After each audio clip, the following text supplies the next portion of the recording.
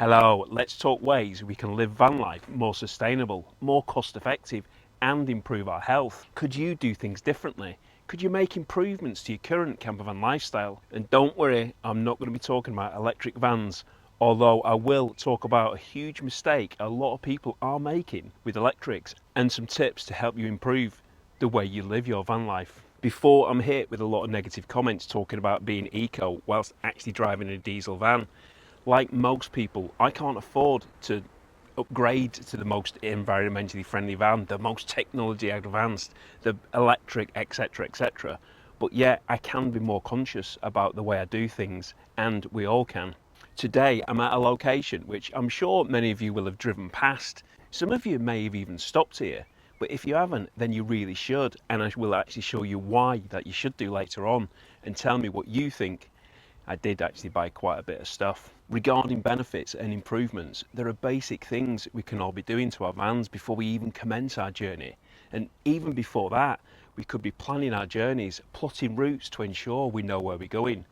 Having a plan will mean that we don't waste fuel by going the wrong way. If you're going away to an area you don't know, check the route before you set off. Have a look at the roads it's taking you on, because some of the navigation directions provided in some of these areas in Devon and Cornwall can take you down some really interesting roads and not roads which you should be going down. There are also some basic maintenance tips like making sure that your tyres are correctly inflated. Underinflated tyres not only negatively impact your handling, your braking, your acceleration, but it can cost you fuel as well as fuel economy being affected negatively. It can also actually damage your tyres. If you've got underinflated tyres for a period of time, then they can prematurely wear these out. It is an expensive mistake to make. I've got the Ryobi air compressor, which I use for my tyres. Really easy to use. You just put in the pressure which you need and then off you go. It inflates them to the correct pressure. But you don't need that. You can be stopping to get the free air and free water at some of these petrol stations, although I have seen them dwindling in recent times and I'm not actually sure if they're already free available. But it's just a case of checking, making sure that you do have the correct air pressure in your tyres. Now, that may be boring, but you might be amazed at how often that this basic thing can be overlooked. Or if you do depend on your tyre pressure monitors sensors to actually warn you and they don't work, then it can cost you quite a bit of money, because if you need new tyres when they've worn unevenly, then it isn't going to be very good. And when you're considering packing your van, it's also worth thinking about where you're going, what you're actually going to be doing when you're there. If you're going to climbing some mountains, then you don't need to take the additional weight of a paddleboard and your wetsuits, your buckets, your spades, and whatever unnecessary items which you're certainly not going to need for that particular trip. Pack light. Don't take your big thick duvet if you're in the middle of the summer. Do you need those big fluffy towels, or could you take some microfiber type towels? I've got the Dock and Bay towels, which are absolutely brilliant, although I've not seen them very much because the rest of the family really approve of them, and whenever I go anywhere, it's always them who've got them. But they're just fantastic towels, packed down really light, very lightweight, and get you dry. And additionally, the extra weight could come from your water tanks. Do you need to fill your water tanks before you leave, or could it be done when you arrive at your destination? 1 litre of water weighs 1 kilogram. So if you've got a 60 litre water tank on board, then that's an extra 60 kilograms of weight. Don't take it if you don't need it. And talking about water, let's talk about drinking water and moving away from single-use plastics. Buy a water bottle and refill it. You can join the refill revolution. Go on the website and download the app. It shows places where you can obtain water for your water bottles. The aim is to reduce the use of plastics, and I know a lot of you are already doing this, but more on refills in a moment, and that is actually one of the reasons which I'm here. But first, speaking of plastics, I was speaking to a fellow camper the other week and we were discussing the sewage spills which we'd often notified about. These notifications come from Surfers Against Sewage. The app Safer Seas and Rivers Surface is a totally free app, and it's got lots of information about various different beaches and the water quality, and it provides you alerts if there is any breaches, etc. Now, what he was saying is that he was told that the bigger concern is not actually the sewage, but it's the microplastics or nanoplastics.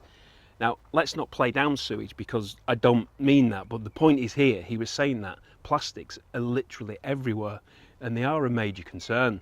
And I've seen some of the beach cleans that Surfers Against Sewage carry out, and it is absolutely unbelievable the amount of rubbish which they collect from the sea and beach cleans. It's unbelievable the fact that people can just leave all this stuff here, but people just aren't considerate. They don't think about what they're doing. What is taken into nature should be taken out. So take nothing but photos, leave nothing but footprints, leave no trace. I think that's the phrase, what it is. But it isn't too difficult to understand, and it's not even difficult to do. I'm really annoyed every morning when I'm walking this one, Lottie, when I take her out for a walk and there's just dog poo on the side of the pavement. Like, why can't you pick it up? What's the problem? Just pick it up. You know, you can even get some nice neoprene carriers now, which really help, so you're not carrying around that horrible smell. And I saw some at the NEC show. It was actually another local company in Cornwall. If you are far away from a bin, then these neoprene bags, you put the poo bag inside it, and then the actual smell and all that kind of horrible stuff which you do get with poo bags, then you know you don't get that because it's all self-contained in this neoprene unit. Really quite good. So that's waste and rubbish, which is a problem, and it can be helped just by people being a lot more considerate. And it's also helpful when you are going out places to take reusable bags with you. I've got a couple of reusable bags. I'm not actually going to give it away yet because that'll give away where I actually am. We don't need to be buying the 10p ones, but I don't think they're actually 10p anymore, are they? They're much more than that. Take a bag with you and use it. Keep a few stored in your van, so when you need them, you've got them there. You never know when you're going to need them. Washing, dirty shoes, rubbish, and obviously your shopping. I'm sure we've all got bags for life, but how many do you keep in your van? It's really worth doing. And also, it's worth remembering to take them to the shop with you. Yeah, I've been guilty of that. I've forgotten before, and then you come out and you've got everything in your arms and you're just trying to balance everything, and then inevitably something falls off, and yeah, it's usually something which is breakable. Not ideal, so just take those bags with you. And it's also worth considering when you go to these beautiful countryside locations in your camper van, that often rural locations, there's generally a lot of farm shops, local farms around, and you can support the locals by buying what is usually fantastic quality food and sometimes drink. And whilst you're actually doing that, you're cutting out the waste packaging which you find in a lot of the supermarkets. You're also cutting out that travel, the transportation costs, and obviously the damage which it can do to the environment, transferring goods from one place to another. Some farm shops might have small items, just a few items in an honesty box where you can help yourself, whereas others might have a wide range of fruit and veg and locally produced meats, each of them being really, really fresh, so they won't have travelled hundreds of miles to get there, and they certainly won't be wrapped in plastic. They won't contain all those preservatives, and pretty much guaranteed to taste better. Definitely give it a go. Additionally, there are some larger farm shops, and some have restaurants and cafes which you can eat and drink in, an outside area to explore, and sometimes there's even a play park for children. Some may even have fields so you can pick your own fruit, your veg, and even flowers. And that is where I am today. Strawberry fields in Lifton. You may know this for the pick your own strawberries, which I absolutely love. Always lovely tasting and fun finding the best, the biggest, the juiciest strawberries you can find. They also do pumpkin picking as well, which is pretty fun. But it doesn't stop there. They've got a maze, so you can get lost in the maze and you can pick your own lots of other things like tulips and daffodils, lavender, and I think they do other things as well. There's a rich history of this family-run business, and I'm pleased that it's really local to me. Well, actually, there's one even more local now because there's one just down the road in Buckfastleigh. But it's not just a shop though. They operate a working farm, and they're regarding the green aspect. They're 100% self-sufficient at producing their own electricity due to the solar panels and the massive wind turbine which they've got. This really is a business which is eco-friendly at its roots. So it's no surprise that there's some eco-friendly ways to shop inside. They've got a grain shed for cereals, nuts, grains, and also some tasty treats. The chocolate coated peanuts are probably the best I've ever tasted, and you put these in a paper bag, buy them in the shop in a paper bag, and then yes, you can put them in a glass or storage container when you get back. There's lots of fruit and veg, and again, this is bought in paper bags, and it all comes from the local fields of Devon and just a few over the border in Cornwall. You can buy local milk in glass bottles, not a pint. These are litre or 2 litre bottles. You fill a glass bottle with your choice of blue or green milk from another local company. You may have actually used this company's clotted cream before for the scones, however you wish to say it. And also there's also however you wish to actually do that. Is it jam first or is it cream first? Which way do you do it? Guess it's kind of whichever side of the board you're on. I'm not going to tell you which way I do it because I don't want to get in trouble. I'm sat on the border at the minute and I don't want them having a go at me. Along with those things though, I have come for the fruit and veg, the bread and some steak. Just look at what they've got here. It is really, really amazing. But not only does it look good, but it tastes really good as well, and it is far less impactful on the environment. I've put all this in my fridge to make sure that I keep it cool until when I actually need it. But just look at what the produce which I've actually bought and obviously placed it in this reusable bag. I've got potatoes bought in a paper bag, chocolate coated peanuts, like I said, probably the best I've ever tasted, a loaf of seedy bread, peppercorn sauce, blueberries, tomatoes still on the vine, a chicken stir fry with peri peri sauce, that was just an item which I just couldn't resist, some pink lady apples, again in a paper bag, steak, sirloin and rump. I was really tempted by a Chateaubriand, but maybe next time for that one. And I bought some milk as well. So when you are heading towards Cornwall and you see the nearly home trees, or the nearly there trees as you probably know them, it means that you're nearly at Strawberry Fields, Lifton. So why not stop off, have a look, and you can thank me later. It really is a fantastic place. And as a huge bonus for you camper van owners, they actually have overnight stays. You can stay overnight in your camper van and your motorhome and stay in the car park. You can go in, you can buy your food, stay the night. Just absolutely brilliant. And the food is going to be much healthier for you. Far better quality food than you buy from a supermarket. The idea of buying good quality food though expands far beyond just the destination. Though it's about thinking ahead, thinking also about potentially saving money and making some better food choices. Service stations are really expensive. You can plan ahead. You've got your camper van, so you've probably got your kitchen facilities. So why not buy your food and drink before your journey and eat it in your van whilst you're on the journey? You can put it in your fridge and you can stop and eat it. Making your own sandwiches and desserts, it's mean that you're going to save money at these service stations. Just go in and just use the toilet. But don't be tempted by the donuts, which are often there in the big display cabinets.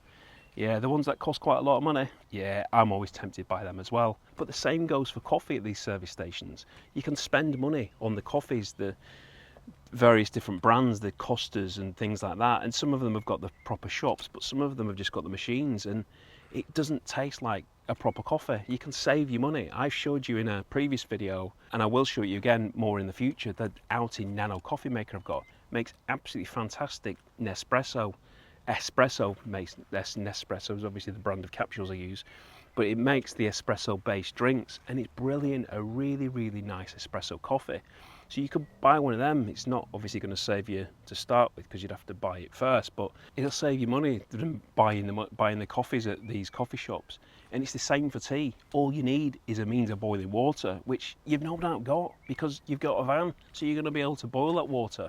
I know it sounds obvious, but do you make your own or do you buy one when you go to these places? I think we know the answer. And of course, it is the convenience. I'm guilty myself, although I do prefer a proper coffee from a small coffee shop, a really nice, properly made coffee shop. Now, on the subject of heating water, boiling a kettle, then we are talking about an electrical system. And I mentioned in a recent video that a converter was saying that solar panels are a waste of money in the UK, which just is not true. Solar panels are a free source of generating electricity in your camper van. Again, that's long term because you've got to buy the system first. However, if you're parked up for a few days with your fridge on and you've got your other electrical devices charging, you've got the ability to generate the power back. You know, you can generate that electricity from the sun. And clearly we don't want to run out of juice when it's a nice warm sunny day. And I've heard people say that, well, you can just turn on your engine and charge that way. But that is not the ideal way to do it for several reasons. A stationary running van engine, it's not recommended. And additionally, your campsite neighbours, They're not going to appreciate that the tranquil getaway is going to be disturbed by a running engine. It's costly for your fuel and also the pollution element. The initial investment will pay off if you do it right, and this also goes for appliances and accessories which you're running. Most vans now have LED lights, but if not, make the change.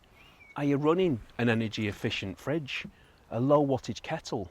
How are you charging your electrical devices? You don't want to be using your 240 volt system, from the actual leisure battery with an inverter to charge your mobile phones and your tablets. I have again seen that advice recently. Don't use 240 volts to charge your phone. It's much more efficient to use your 12 volt system which you have. Get rid of the 3-pin plug whilst you're in your van and just plug it into the USB.